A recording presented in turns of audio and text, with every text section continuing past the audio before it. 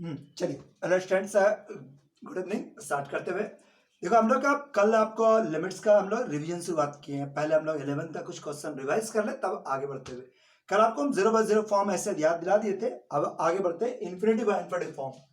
ऐसे आपको याद तो होगा ही, लेकिन इन्फिनिटी बाय इन्फिनिटी फॉर्म में रूल क्या था कि मैक्सिमम पावर से डिवाइड, न्यूमरेटर डिनोमिनेटर दोनों को वेरिएबल का मैक्सिमम पावर रखते हुए उसी से डिवाइड किया जाए। Cancel the positive factor, then apply the limits. ठीक है, लो एक बना था limit x tends to infinity, this is limit x tends to infinity 3x square plus 5x plus 7 और दिस इज 9x, ये 8x स्क्वायर प्लस 4x और plus 8।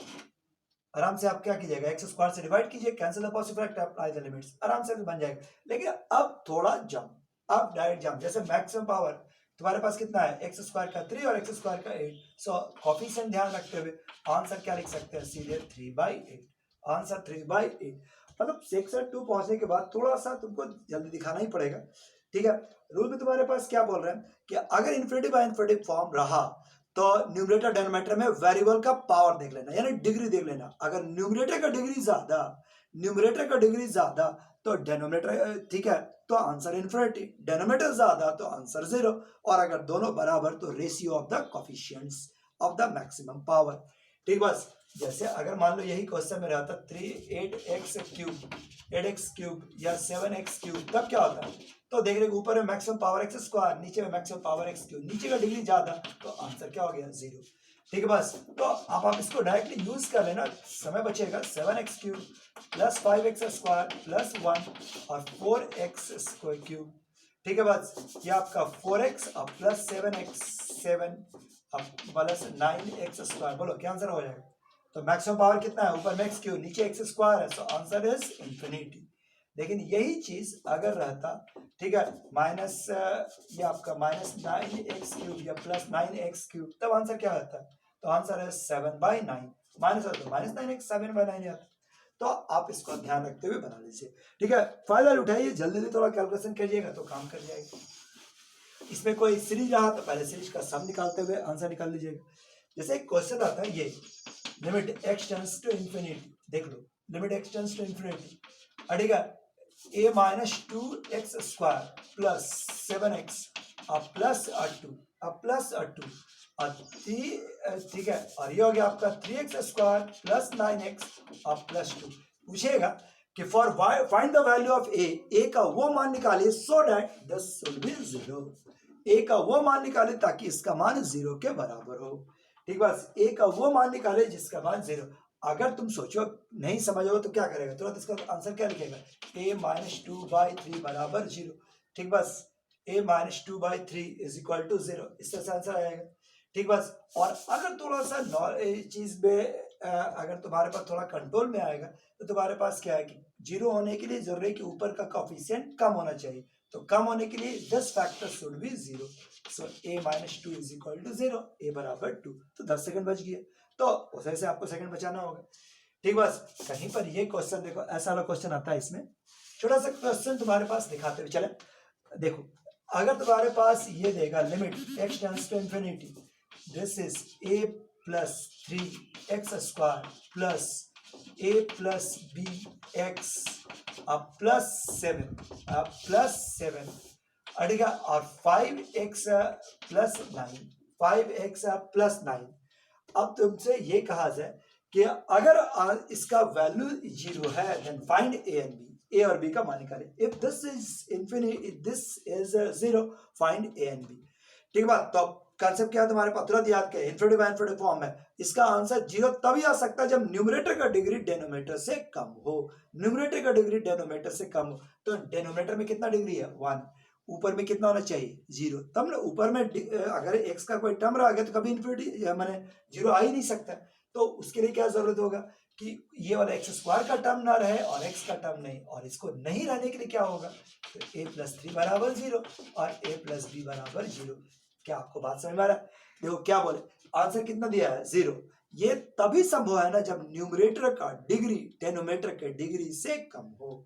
अभी डिनोमिनेटर का डिग्री कितना है, पावर 1 ही है, और न्यूमरेटर में कम से कम क्या होना चाहिए, 1 से कम, मतलब x का टर्म नहीं होना चाहिए। और नहीं होने के लिए जरूरी क्या है कि this should be 0 and this should be 0। और जिसके आधार पर आप ए और बी का मान आसानी से निकाल सकते हैं। बताओ, यहाँ तो बढ़ गया। तो ये इसका कंसेप्ट है, ये इस तरह क्वेश्चंस में आप इसको हैंडल कर सकते हैं। फिर आपका इन्फिनिटी बाय इन्फिनिटी फॉर्म था, इन्फिनिटी माइनस इन्फिनिटी फॉर्म, तो वो तो आप जानते ही है। इन्फिनिटी बाय इन्फिनिटी फॉर्म रहेगा तो सवाल कैसे बनेगा, रैशनलाइज होके, ठीक है। सवाल रैशनलाइज कर दो या एलसीएम ले लो ताकि वो 0/0 या इन्फिनिटी बटा इन्फिनिटी फॉर्म में आ जाए।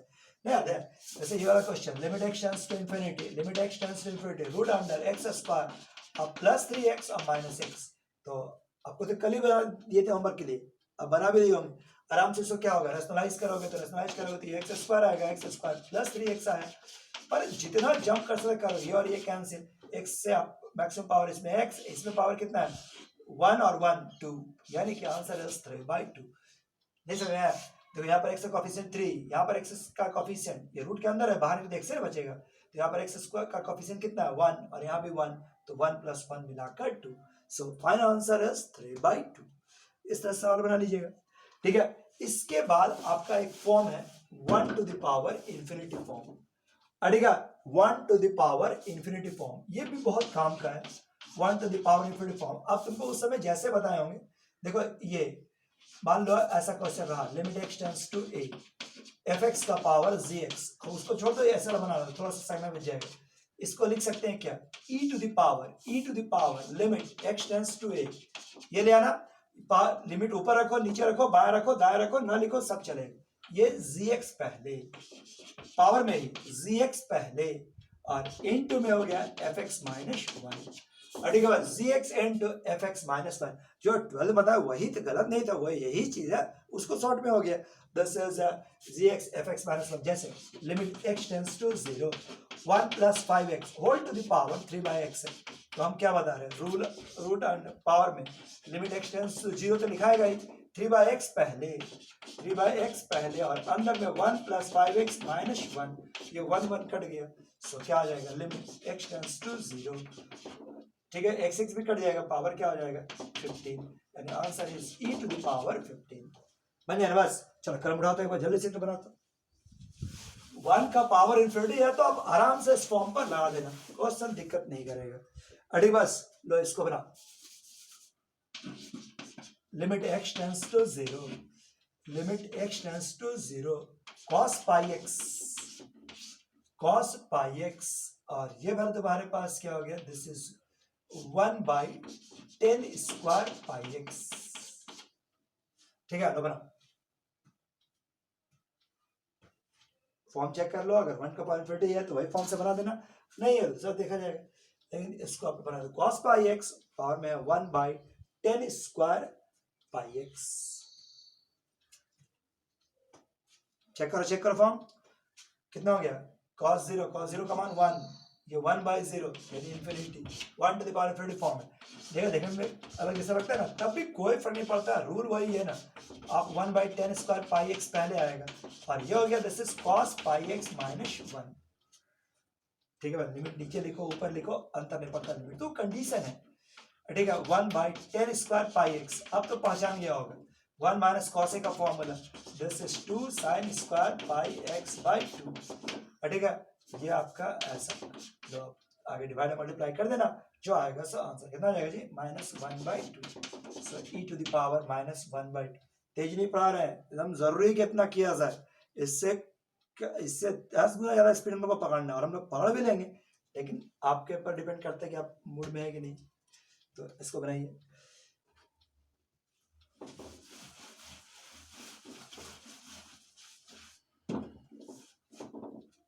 लो इसको बना, limit x tends to infinity, ठीक है, x +3 और x +2 whole to the power, ठीक है, whole to the power 5x + 4, बना लो, फॉर्म चेक कर लो, तुरंत बन जाएगा।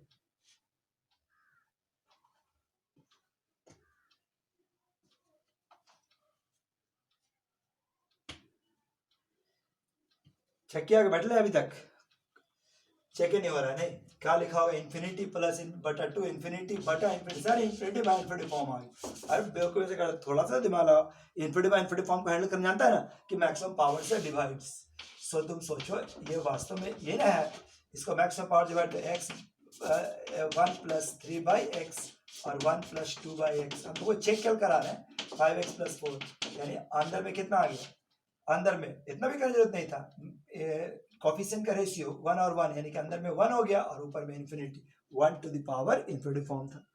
ठीक है, हम तुमको ऐसे भी निकालोगे तो 1 ही आएगा, लेकिन अगर तुम जानते हो कॉफिशिएंट वाला बताए थे तो 1 और 1 का कॉफिशिएंट का रेशियो कितना आया, 1, और 1 का पावर इन्फिनिटी। तो आज वाला जो रूल डिस्कस किया, ई के पावर में लिमिट एक्शंस कभी ऊपर लेते हैं कभी नीचे है, कहीं लिखो तो कंडीशन है केवल।